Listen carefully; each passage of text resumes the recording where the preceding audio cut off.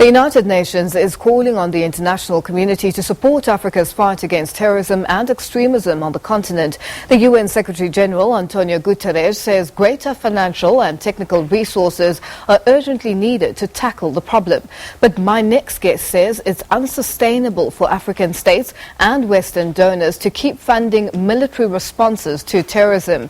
Senior researcher at the Institute for Security Studies, Dr. Akinola Olojo, says it's clear the use of force is not working. He joins me now in studio. Dr. Akinola, thank you so much for joining us on The Globe. Thank you for having me. Now, you say it is not working. Explain. Okay, one of the things which the UN Secretary General talked about during the conference last week was that he had increasing worry about the spread of violent extremism and terrorism in the Sahel and West Africa. And in reality, when you look at what's happening in countries like Burkina Faso, you see that indeed we've seen a frequency, high frequency of attacks actually, compared to 2-3 years ago. Now, in the Lake Chad Basin, the Horn of Africa, we've also seen, increasing attacks, even though, of course, governmental efforts are, trying to counter these terror groups. Now, the Secretary General also drew attention to the fact that the use of force is simply not enough, and we need to go beyond that. And this particular position was echoed by the African Union Commission chairperson, Moussa Faki. And he also mentioned again that for us to curb terrorism, we need to go beyond the use of force. Now, the problem we're dealing with is a very complex one. It has multiple sides to it. And by implication, it requires multiple levels of management. Now, you have the criminal justice approach to this. We know very well from the evidence which we've seen in countries like Nigeria, we've seen where extrajudicial killings have occurred in the past, and Nigeria has learned lessons. We've seen this happen even in the Horn of Africa. And we know that this particular aspect is very important. There is the ideological aspect to this. We know that not everyone who joins terror groups does so because of poverty. We've seen cases where people join because they are pulled by the ideology of these groups, like Al-Shabaab, like Boko Haram. So you have a range of approaches which have to be part of a comprehensive strategy by countries. How would you basically reduce terrorism on the continent? You touched on Nigeria, you touched on Burkina Faso. There's issues where we look at countries like the DRC, where there's a raging war in the eastern part of the country, which is not being addressed by the international community. And you'll find, it's being touched on by analysts who talk about it, but generally nothing is being done. How do you work? What do you put on the table with regards to dealing with issues of terrorism and violence in different parts of the continent? And now I'll start by saying that it's taken such a long time to get to this stage. It's a very complex problem we're dealing with. And, when you look at what is happening, for instance, in the Horn of Africa, where you have Somalia, you have Kenya, the neighboring country, you find that there is also the transnational aspect to this. And even in the Lake Chad Basin, you find that countries like Nigeria, Niger, Chad, Cameroon also have that cross-border character when it comes to these attacks or the groups active there. Now, what can be done? I mentioned the criminal justice approach of, which I think is very important. We talked about the fact that we must tackle the ideological component of this crisis. So we need to engage communities. And you have a multiplicity of, local entities and individuals. You have religious actors, for instance, the Islamic clerics, who are most, familiar with the essential doctrinal elements that can be used to deconstruct the ideology of these groups. You have civil society, and this was mentioned last week at the high-level conference. You have the role, of course, of women groups. You have youth groups. You have also even students, which President Uhuru Kenyatta actually mentioned in his speech last week. He mentioned that within the framework of the Ministry of Education, for instance, you need to engage students. There's a lot of awareness that needs to be done. And then beyond this, we must address the ever-present problem of socioeconomic deprivation in communities. The governance gaps have to be plugged. And that has been a problem which has, affected so many countries. And the UN Secretary mentioned this. He talked about how we must have, strengthened political will. Countries must address corruption. There must be improved cross-border management. And this is where the private sector as well comes in. So we need a deeper engagement of the private sector. For instance, provision of technological solutions to manage borders more effectively. And if you look at even the UN Security Council Resolution 2395 and 2396, they draw attention of member states to how the private sector can be engaged in this struggle. So I'm mentioning all this because it's actually a whole of society approach that is required. And I think it's also going to take some time. It's a problem which has lingered for quite a while, and I think it will take, we're in for the long haul, but I think with efforts by states, not just one state, but of course, a combined approach by different states in the different regions, we shall make some progress. Now, would you say that some of these countries in the different regions and, the cross-border violence that we have seen and the terrorism that is taking place are soft targets? What makes them soft targets? Well, I mean, terror groups, for instance, they find it easy to target civilians, unarmed civilians. But at the same time, we must, we must observe that if you look at countries like Nigeria, for instance, the breakaway faction of Boko Haram, which is the Islamic State West Africa province, actually goes beyond just civilians. They actually target the military. So you find them increasingly attacking military bases. You find them attacking troops on the ground, patrol teams. And this has been the case, you've seen back-to-back attacks since July last year. And this is exactly July 2019, exactly a year later. And they've sustained the momentum. So you see an increasing audacity by these groups, not only to target unarmed civilians, but also the military. In barracks and even battalions where you have hundreds of soldiers, they actually have that audacity to target those entities. Doesn't it sort of highlight the fact that they've got a lot of intelligence that they're working with in terms of technology as well? Exactly what the different countries need to fight the terrorism that is being brought into their nations or their borders is exactly what these terror groups are using to fight those nations. Indeed. I think about 3-4 months ago, the Nigerian army talked about how they discovered that some of these groups are using drones. We don't know how true that is, but then I think we shouldn't rule this out. In this era, the kind of groups we're talking about actually have more than just local connections. We're looking at access to transnational connections beyond just Africa. For the fact that even the Islamic State West Africa province has allegiance to the so-called Islamic State, I think it tells us something about how some form of collaboration takes place at some level. But even within the countries themselves, sometimes when they attack, they loot weapons, they have access to certain ammunition, and they are using that to reinforce themselves. So this is where the private sector, for instance, in terms of providing technological solutions to effectively manage borders, can come in. This is where, for instance, not just government efforts need to be in place. We need a whole of society approach, and I think we really need to, address this with a sense of urgency. What's been the reaction from the private sector, for instance, after this this conference that took place last week, with regards to what's been put on the table and what's been asked of them, or have they been approached to say, you play your part as a private sector?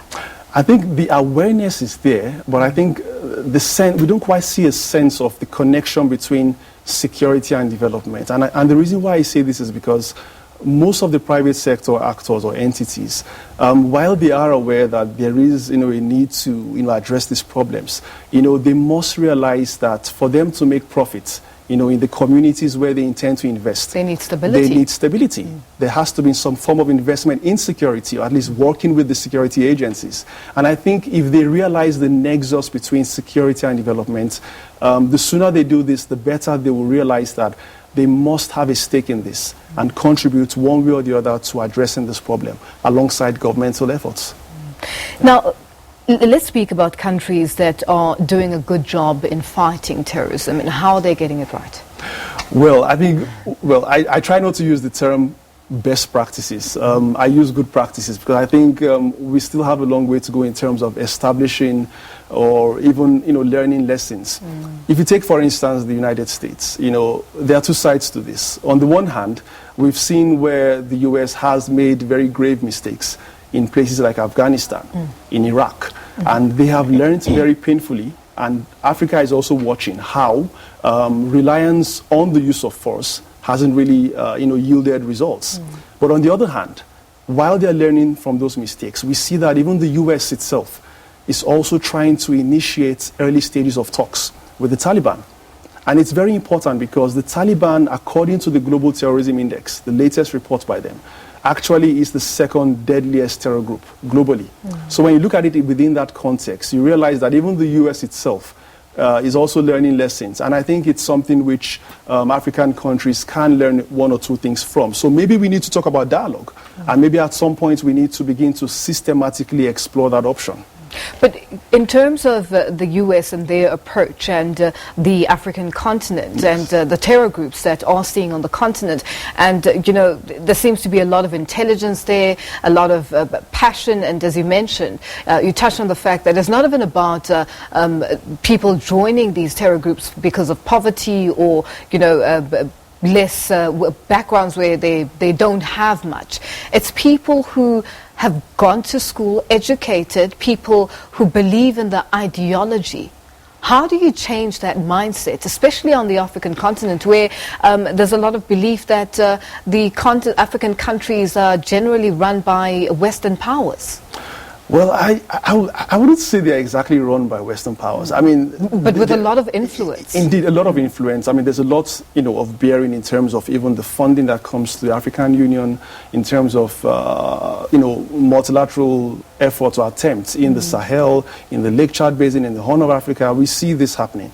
I think in terms of the ideological aspect, which I think is very important, this is where I think local community actors like Islamic clerics, who understand the kind of doctrines which these groups use or manipulate, can come in.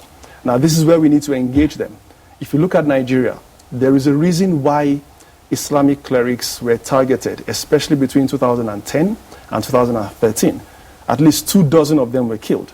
And you notice that when they do this, the groups recognize that these clerics or these religious actors, leaders, that they have a lot of influence within the communities in terms of mobilizing opinion, in terms of mobilizing even in a fiscal sense. So we need to engage them. And I think the Nigerian government, to some extent, has developed a national action plan, which was launched in 2017, which has about 4 components. It has the one which looks at community engagement and resilience building. It has the one that looks at, for instance, strengthening institutions and interagency coordination. It has the component that looks at, upholding the rule of law and human rights. It has a component that also deals with strategic communications. Now, the one that looks at community engagement, this is where a multiplicity of actors, the religious ones, the women's groups, the youth groups, the CSOs, the civil society organizations, need to be incorporated, the youth, students. So I think it's going to take time. It's going to be phase by phase. And of course, the option I mentioned about dialogue, I think it's one which we need to begin to reflect about it. It may not end terrorism, but I think it's one which can complement the existing approach, which is the use of force. Now, in terms of time frames, you mentioned continuously the fact that it will take time. Do we have the time? Well, we have little choices. I think it will take time. We have crossed several thresholds over the years. This is not the first time that African countries, especially countries like Somalia or even Kenya or Nigeria, will witness this. Nigeria witnessed what was known as the Maitatsini crisis in the 1980s, between 1980 and 1985. And the only difference between then and what is happening now with Boko Haram is the fact that Boko Haram uses suicide attacks. But it's the same strain.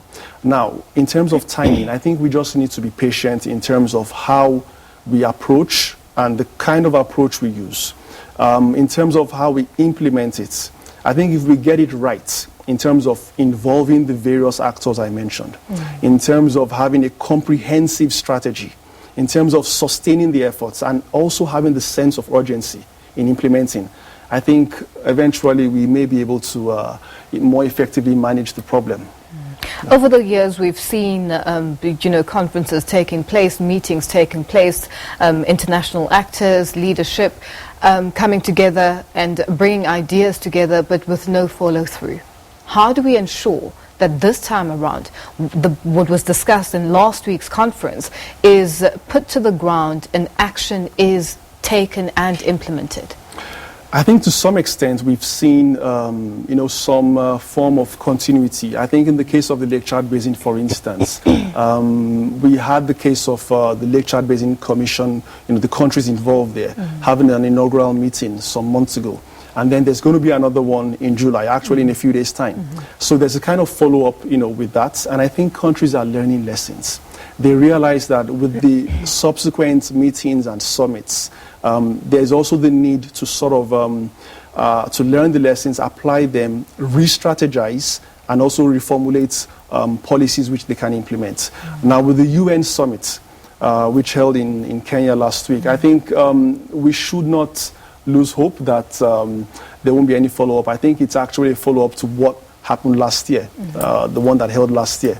And I think the subsequent one after this one will definitely be a follow-up as well. We just have to keep sustaining the efforts and doing the best we can. Now, you touched on the issue of, the criminal element where, the court systems are used in terms of justice. And there's been issues or an outcry from African nations or African leadership to say that, a lot of times, people who end up at, for instance, the ICC are just African leaders or people only from the African continent. Well, we've seen that happen. There's no denying the fact that a number of African or former leaders have been taken to the courts. And I'm sure we have experts who have already, analyzed this and also are still expressing their opinions regarding this. I'm not a legal expert on that, but I think it also points to the fact that as Africans or as African states, we need to develop more effectively the criminal justice system. We have countries where, of course, where extrajudicial killings have led to the kind of crisis we're witnessing today. And so those kind of lessons need to be applied. We need to strengthen, even in terms of strengthening the judicial actors in regard to, ensuring that trials of terror suspects are not just, laying there in files and, those cases are piling up. They take a very long time. They take a very long time. Yeah. And what about the leaders or the actors who are then, given exile in countries where, they're not released to the criminal justice system to take its course or allowed to take its course? Instances where some leaders or rebel leaders have been kept in countries or given asylum in certain countries and only released after a number of years. It's a very complex case. How do we work around that? It's a very complex one. I think the legal experts will have a lot to say about this. It's a very complex case. I think we are witnessing one which might, in the case of Sudan, there have been calls for the trial of Omar al-Bashir, the former leader, and then there are those who say, okay, if that happens or if that has to happen, it needs to be done in a very strategic manner, so that the peace within the country is sort of sustained to some extent, and then it does not disrupt what the country is trying to to build on. So I think there's a lot of complexity involved in this, and there's a lot of work to be done. Dr. Olojo, thank you so much for joining us. I wish we had more time, but unfortunately we have to leave it there for now. Thank you for having me. That was Dr. Akinola Olojo joining me in studio, and he's a senior researcher at the Institute for Security Studies with a special focus on transnational threats and international crime.